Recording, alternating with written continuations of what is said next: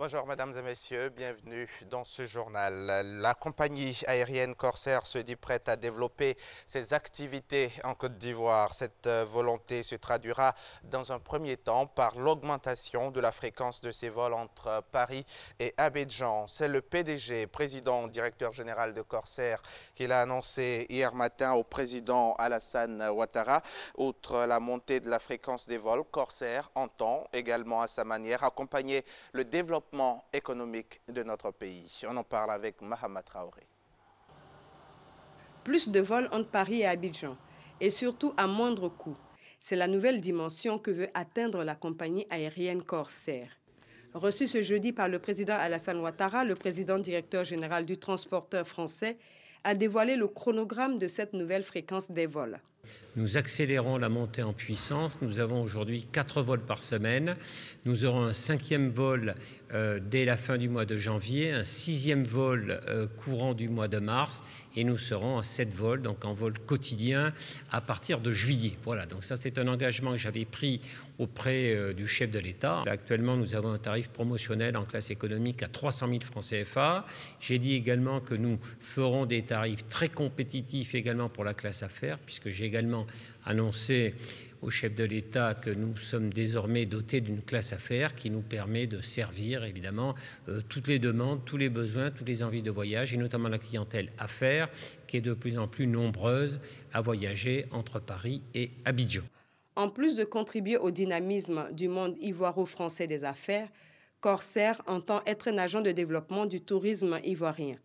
Le groupe TUI et la compagnie Corsair, évidemment, sont prêtes à s'engager aux côtés des autorités ivoiriennes pour développer le tourisme. Je crois qu'il y a une réelle opportunité, à travers d'abord le rôle d'Abidjan comme hub régional, puisque, voilà, compte tenu du développement et du succès que connaît le transport aérien ici en Côte d'Ivoire. Et puis, il y a une réelle opportunité de développement de la Côte d'Ivoire. Voilà, il y a encore beaucoup à faire, bien entendu, mais en tout cas, nous serons aux côtés des Ivoiriens pour répondre à leurs objectifs de développement. C'est donc un retour en grand pour la compagnie Corsair. Pour rappel, elle avait suspendu sa desserte d'Abidjan en octobre 2015 pour insuffisance de rendement, 2 ans et demi après le démarrage de ses activités en Côte d'Ivoire.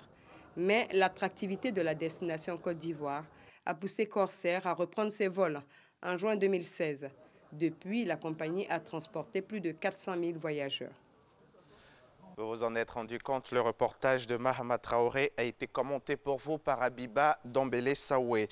Le chef du gouvernement, Amadou Gon Coulibaly, de son côté, a eu hier, jeudi après-midi, donc une séance de travail avec une délégation de parlementaires japonais.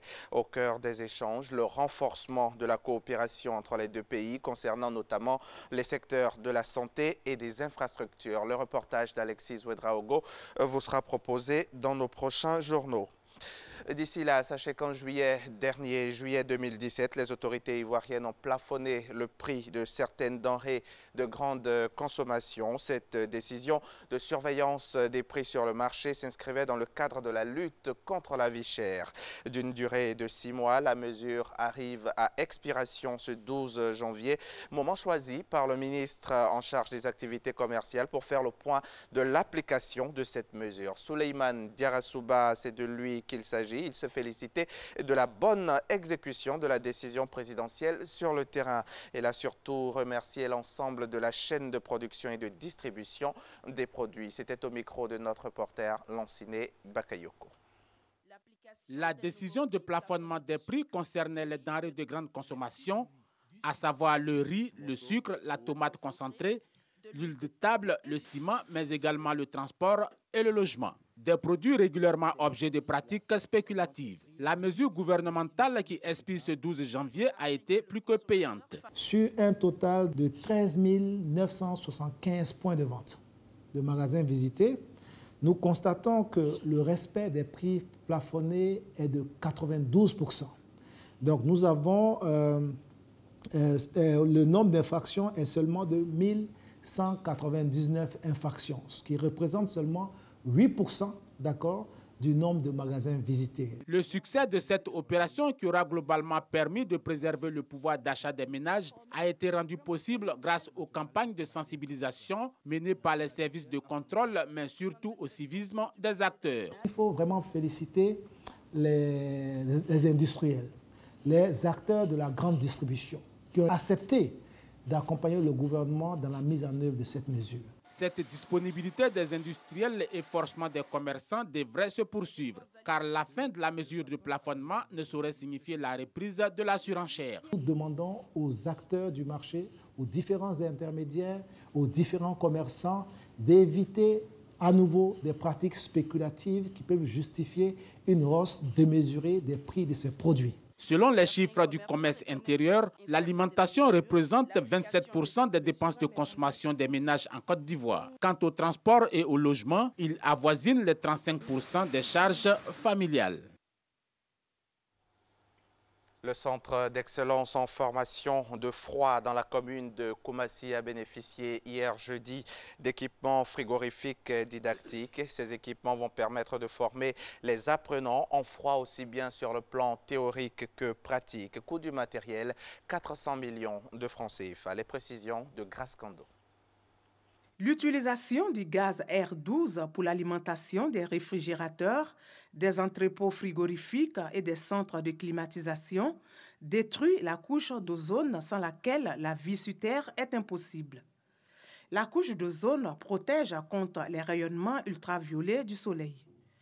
En ratifiant la Convention de Vienne, la Côte d'Ivoire s'est engagée à mettre fin à l'utilisation du gaz R12, un processus qui prend en compte la formation, la mise à niveau des professionnels et techniciens du froid.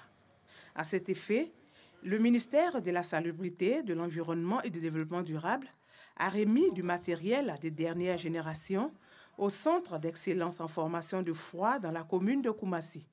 Ce matériel de qualité doit permettre au maximum d'entre vous d'être bien formés.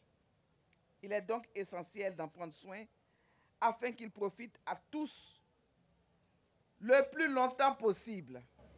Le projet d'implantation de ces centres d'excellence permettra de renforcer les capacités des formateurs des spécialités de froid et de climatisation, tout en offrant la possibilité aux apprenants des dites filières de bénéficier de ces installations. D'une valeur de plus de 400 millions de francs CFA, ce matériel a été acquis avec l'appui de l'ONUDI, l'Organisation des Nations Unies pour le développement industriel. L'objectif, c'est d'assister la Côte d'Ivoire à réduire donc toutes les émissions à effet de serre qui sont produites justement par des équipements qui sont dans le froid. C'est dans ce cadre-là que nous apportons donc notre assistance à la Côte d'Ivoire. L'élimination des substances chimiques a permis d'éviter près de 2 millions de cas de cancer de la peau chaque année dans les 193 pays du monde ayant ratifié la Convention de Vienne. Un mot de sport dans ce journal, c'est de foot, c'est du foot. À la suite de la requête formulée par plusieurs clubs membres de la Fédération ivoirienne de football le 29 décembre dernier, le comité exécutif de la FIF vient de livrer son verdict et c'était lors d'une conférence de presse mercredi 10 janvier dans ses locaux à Trècheville. Le reportage de nos confrères de RTI Sport. La crise du football ivoirien connaît un autre épisode. Dans son adresse face à la presse le 4 janvier dernier, le président de la Ligue professionnelle et premier vice-président de la Fédération ivoirienne de football, Sori Diabaté, affirmait que le comité exécutif allait analyser profondément la requête formulée par 42 clubs et groupements d'intérêt de la fédération, où ces derniers réclamaient du comité exécutif la tenue d'une assemblée générale extraordinaire. 6 jours après, l'instance fédérale, par la voix de son directeur exécutif, Jean-Baptiste Samétiassé, donne dans un communiqué sa position après examen de la demande. Au terme des dispositions de l'article 36 des statuts de la FIF, le quorum requis pour la convocation à une assemblée générale extraordinaire par les membres actifs est de 50% plus 1. La FIF compte à ce jour 81 membres actifs. Il s'ensuit donc que le quorum est de 42. la FIFA a reçu une demande émanant de 38 clubs et 4 groupements d'intérêt, soit 42. Sur ces 42 membres actifs à ce jour, la FIFA a reçu des clubs signataires, 4 désistements formels. Ces clubs sont Cosmos Football Club d'Abidjan, Association sportive de Divo, Guéry Football Club de Gagnoa, Tanosport à Pimandoum. Ces clubs déclarent ne plus se reconnaître dans la demande de convocation de l'Assemblée générale extraordinaire et annulent de façon irrévocable et définitive les dites demandes. Du fait de ces désistements, les clubs demandeurs se retrouvent à 38. Le quorum requis par les textes statutaires ne se trouve donc pas réuni. Le comité exécutif déclare irrécevable la demande collective de tenue d'une assemblée générale telle que notifiée dans le dit exploit. Cette nouvelle disposition vient-elle mettre un terme à ce feuilleton? Quoi qu'il en soit, l'espoir d'un apaisement au sein de l'instance du football est caressé par tous.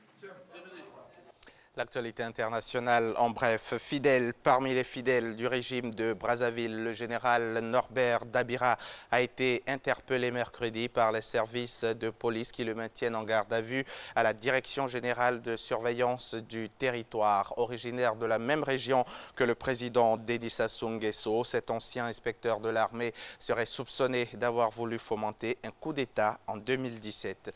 Nouvel écart de langage raciste pour le président américain Donald Trump qui a qualifié Haïti et le Salvador ainsi que plusieurs nations africaines de pays de merde.